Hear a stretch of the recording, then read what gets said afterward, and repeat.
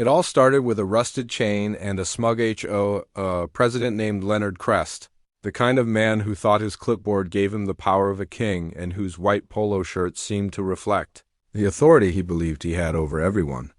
In our rural wooded community, I'd been living quietly in my lakeside cabin for over a decade off-grid, independent, and out of their jurisdiction. My property sat on a ridge above the lake, surrounded by forest, accessible by only one thing: a single wooden bridge spanning a narrow ravine. That bridge, built by my grandfather, had been maintained by my family since the 1960s and was legally mine according to the original land patents, surveyor maps, and a bulletproof deed that had been notarized and re-verified during the most recent countywide title audit. But none of that mattered to Leonard and the overzealous HOA board when they decided I was too unsightly for their master plan vision of perfection. It started small complaints about the color of my roof, the placement of my rain barrels, the angle of my solar panels. Then came the letters, cease and desist, warnings, supposed fines issued under a homeowner's code I never agreed to and wasn't legally bound to.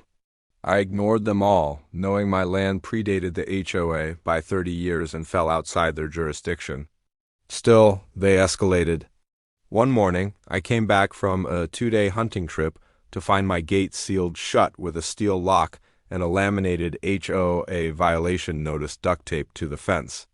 My dogs were trapped inside, yelping and hungry. I had to scale the side ridge and climb over barbed fencing just to get in and free them.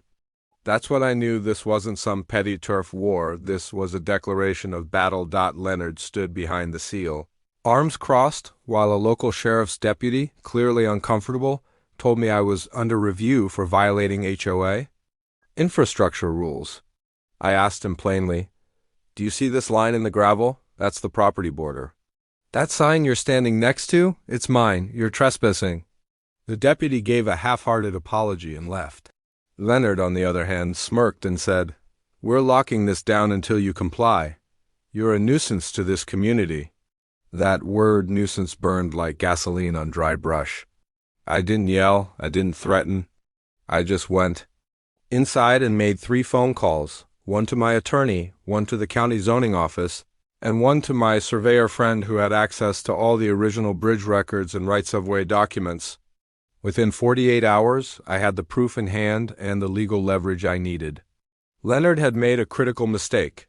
He'd involved the HOA in a jurisdiction they didn't own, over a gate they had no claim to, on a piece of land that connected to the only ingress and egress route for half of the subdivision. See, while my land was on the other side of the bridge itself cut across a sliver of land that split the community like a lifeline.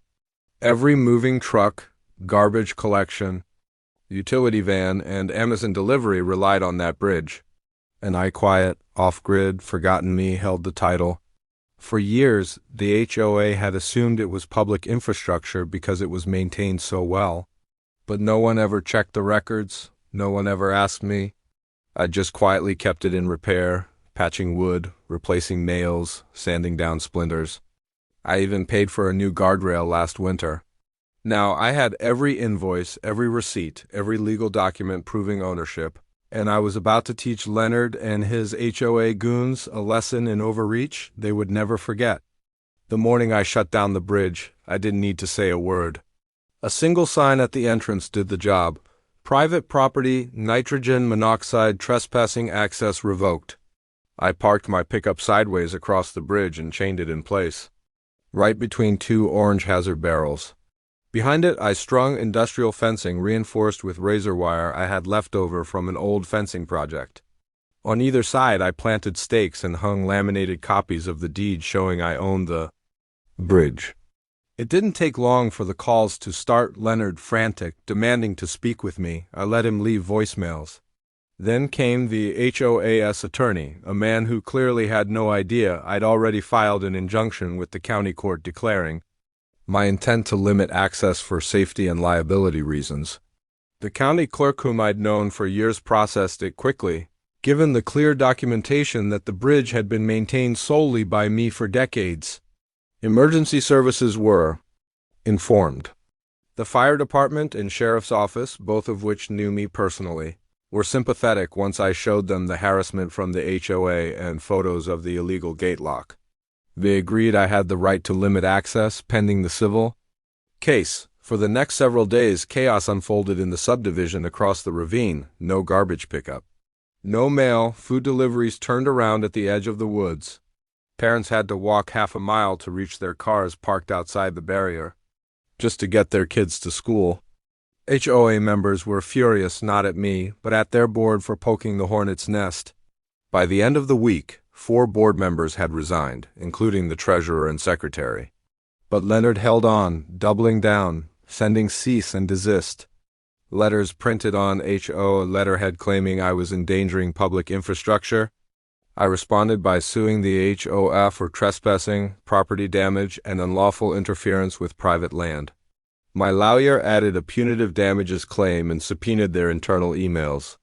That's when things really unraveled. The email showed Leonard had known about the bridge's private status for over a year but kept it hidden from the board. Worse, he'd intentionally avoided renewing the insurance policy that covered access rights, hoping that by cornering me with fines and violations, I'd simply give up and leave. Instead, I showed up in court with aerial maps, original land plats signed by the county surveyor in 1974, and a testimonial from the great-grandson of the original builder, who confirmed my grandfather had built the bridge before any homes were ever developed on the far side. The judge didn't even let the HOA finish their opening arguments. He ruled that the HOA had overstepped their authority, violated private property rights, and issued an emergency order banning Leonard and his board from taking any further action against me or my land. He also fined them for court costs and granted me the right to continue limiting access until a formal right-of-way agreement could be renegotiated with full payment and maintenance guarantees. But I wasn't finished, you see, while I scrambled to do damage control. I had already been working with a group of investors, fellow landowners, veterans, and a retired engineer who once worked with the Department of Transportation. Develop a new bypass road through the southern edge of my property, circumventing the bridge entirely. I offered the HOA 2 options: buy permanent access rights to the bridge for an annual lease of $150,000 with liability coverage in full, maintenance responsibility, or invest jointly in the bypass under my terms. Leonard refused both, so I built the bypass myself. It took 3 months, and during that time, the HOA bled members. Property values dropped. Real estate deals fell through. Homeowners stopped paying dues, citing HOA incompetence. The bank froze those funds due to ongoing litigation. By the time the new bypass opened with a security gate controlled entirely by me and electronic passcodes, issued only to paying residents, I held the keys to their entire community's access. They could vote, complain, write letters to the editor. None of it mattered. I had done it all legally, with proof, patience, and paperwork. Eventually, the remaining homeowners called for a full dissolution of the HOA. Leonard was ousted, sued personally by several residents, and forced to move after losing his home in a court-ordered lien sale. I watched him load the last box into a U-Haul, silent, beaten, a man who once thought a clipboard made him king. He didn't even look in my direction. I had won not just a legal battle, but something greater, the restoration of dignity in a place where petty authority tried to trample freedom. Today, my cabin stands stronger than ever, the gate opened not by force but by respect. The bridge, now a local landmark, features a bronze plaque. Crestline crossing, privately maintained since 1964. The bypass? It has cameras, emergency beacons, and a biometric gate powered by solar and monitored remotely, and the community beyond? Freed from tyranny, now managed by a cooperative board that includes farmers, veterans, and longtime residents, none of whom will ever let a Leonard rise to power again. I keep copies of every legal victory framed in my study right next to a faded photo of my grandfather hammering the first beam into that bridge. And on quiet mornings, as I sip coffee and look out over the lake, I smile not because I outwitted an HOA, But because I proved that standing your ground with knowledge, grit, and lawful resolve is the most satisfying revenge of all.